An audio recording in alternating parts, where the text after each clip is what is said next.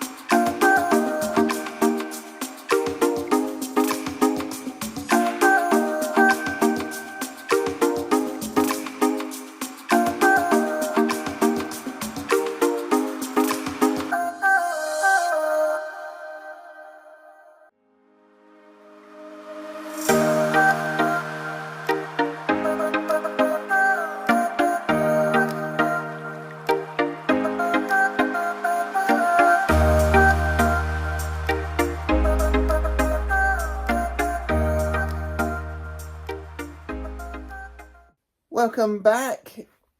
We hit Brussels. We hit it hard. This was a cruise, me and the wife, but just the two of us.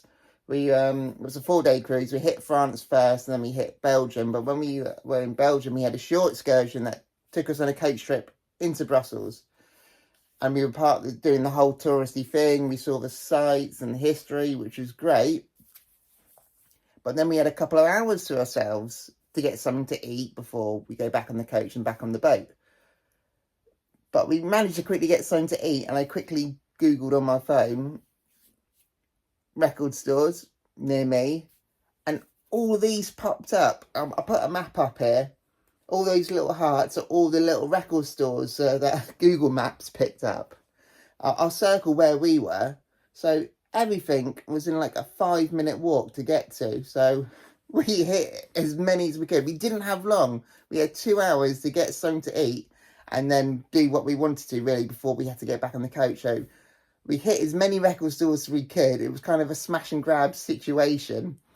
But I'm, even though we're really quick, I managed to pick up some really killer records, which I'll get to in a minute. But more interestingly, I managed to find some stuff that I'm really particularly into. So I'm dying to go back, purely because there were so many record stores. Even on the map that I just showed you, it doesn't pick them up, all the record stores.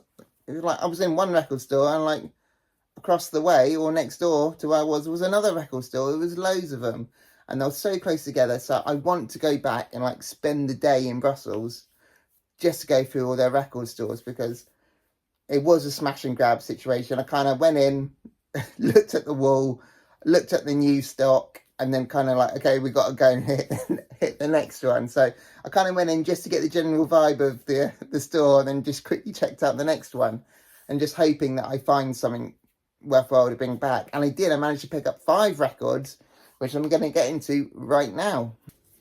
Right, guys, the first record I want to show you is this one, Claudia Lawrence from 1973. The name of the album is called Few. Before I talk about the album itself, let me explain all these stickers that are on it. Some on the back as well. Now, this is actually a BBC Archive library copy. I've been on a massive hunt for them this year. At the start of the year, there was this massive auction. The BBC were auctioning off all their records that's been sat in their basement for decades. They auctioned them all off. I signed myself up for this auction, and I didn't win anything. But I've been slowly finding them in the wild. Don't forget to subscribe, because on my next video, I'll be talking about these in a lot more detail. So don't forget to subscribe so you don't miss that video. But back onto the record itself.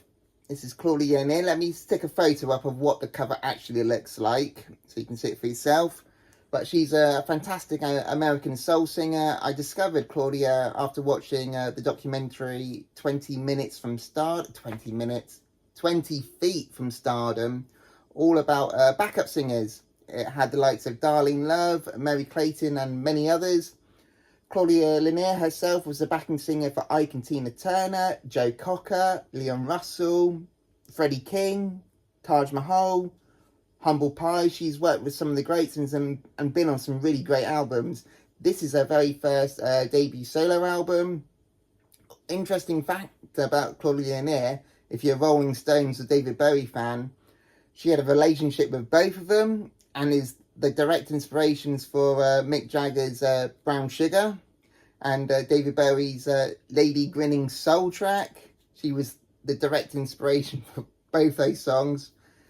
But back to the album itself, Claudia has a fantastic voice and a lot more funky and more soul-y. If you're fans of Betty Davis, then you definitely like this album, especially the track Everything I Do Is Gonna Be Funky. That's a fun song. Check that one out.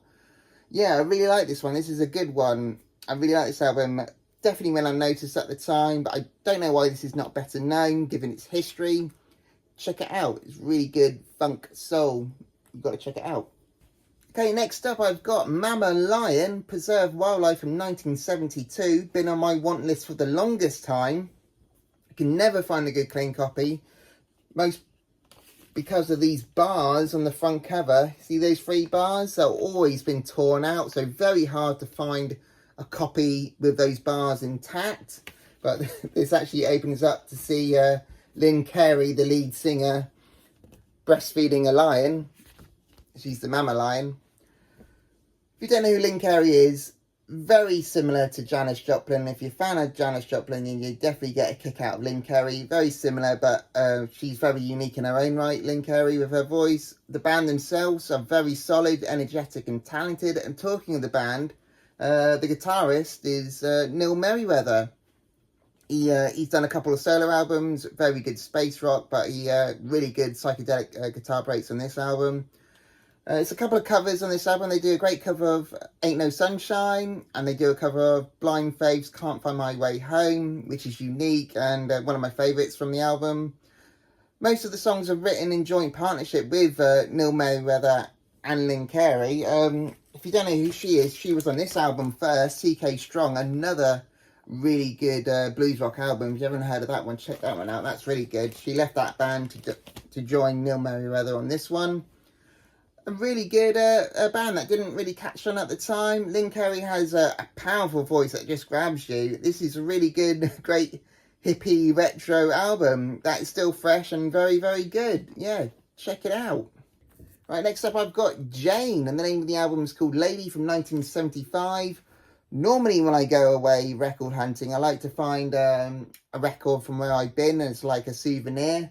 I didn't manage to do it this time in Belgium, but I managed to find this from their neighbouring country, Germany. Jane are a German band, and this is on the Green Brain label. If you're into your krautrock, which is another term we use for German rock, those Green Brain labels are must-have for record collectors. I've got another album by Jane. This is Jane 3. This is another first Green Brain label, first German press. Really good album, this one. Good prog sort of thing. But this one, they go more into the blues rock side of things, and not much prog on this album. Really good music on here. The keyboards and synthesizers have both been used to good effect. The only thing that slightly lets it down for me is the vocals. It's really quite gruffy, but on repeat listens, his voice does start to grow on you, and it kind of supports this sort of profound innocence sometimes. So it does grow on you repeat listens. Not much vocals on the B side, just more of the music, which is a plus. Yeah, a lot more in the blues rock vein than the prog vein, which I'm best known for. It kind of reminds me of some Atomic Rooster albums, this one. If you're new to krautrock, or you want to get into krautrock, Jane are a definite gateway band to get into some krautrock. Really, really good. Right, the next record I'm going to show you, I kind of have to warn you about. Every time I show this band, I seem to do this. It's a very Marmite band, but please stick with me. Let me explain why I'm showing it. I walked into the store, record store, and on the wall, they had this on the wall. This is Dire Straits' first album. It's not a rare album. It's a very common album. It's classic rock at its finest. I was like, what is that on the wall? And the guy behind the counter explained, he pulled it down and showed me. Now, this isn't your usual European or UK pressing on the it came on the Vertigo label, but the UFO Vertigo label it came on. Now, this is a Vertigo Swirl label. Let me pull it out so you can see it properly. There you go. Dire Straits, Vertigo Swirl. There's the swirl. The Vertigo Swirl is a very desirable label for record collectors. Now, they didn't press that in many countries. I know they pressed it in Hong Kong, but this is actually a Malaysian press. And they came on the Vertigo Swirl. I have another copy of Dire Straits, which I managed to find, where is it? Last year. Here it is. I got Making Movies on the Vertigo Swirl. For me as a record collector, for me to pick up the classic rock stuff, the common stuff, and put it in my collection, there's got to be something unique or different about it. So that's why this one's in my collection. It's a great album and it sounds fantastic, but it's a Vertigo Swirl one. It just tickles my collector's bone. Last record, guys, this is the Lemon Pipers, Jungle Marmalade from 1968, a very short-lived American rock band. This is the first American press. I found this one in the bargain boxes in one of the Brussels stores. Found it very cheaply. I thought I'd risk it for a biscuit because it was cheap, but it was in really good condition. This is still in the shrink wrap. It looked like the record had never been played before, so I brought it home with me. If you don't know who they are, they're bubblegum pop with a little psychedelic music thrown in there for good measure.